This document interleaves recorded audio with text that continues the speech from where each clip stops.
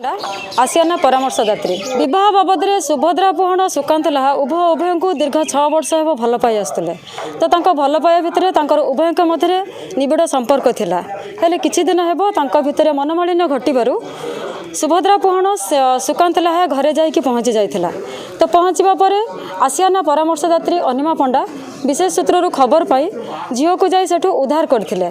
उद्धार करने पर ताको आसियाना आनी आश्रय देते आश्रय दे सारिबा पर संपादिका महोदया सोफिया मैडम को निर्देश क्रमे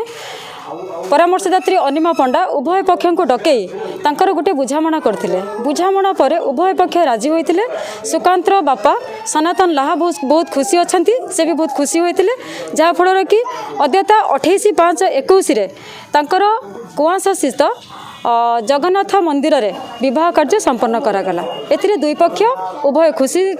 खुशी थिबा सहित उभय परिवार मध्य खुशी अच्छा। अवदान तो बहुत रही जहाँ फल कि आज सोफिया मैडम को निर्देश क्रमे उभय पक्ष को एकत्रित करा जाई परिछि जहाँ फल कि तांकर आज विवाह कार्य होइछि एमती गोटे शुभ मुहूर्त बहुत खुशी अच्छी आमर 6-7 वर्ष है भल पाइबा थिला किंतु मझिरे टी डिस्टर्बांस होइतिला से कारण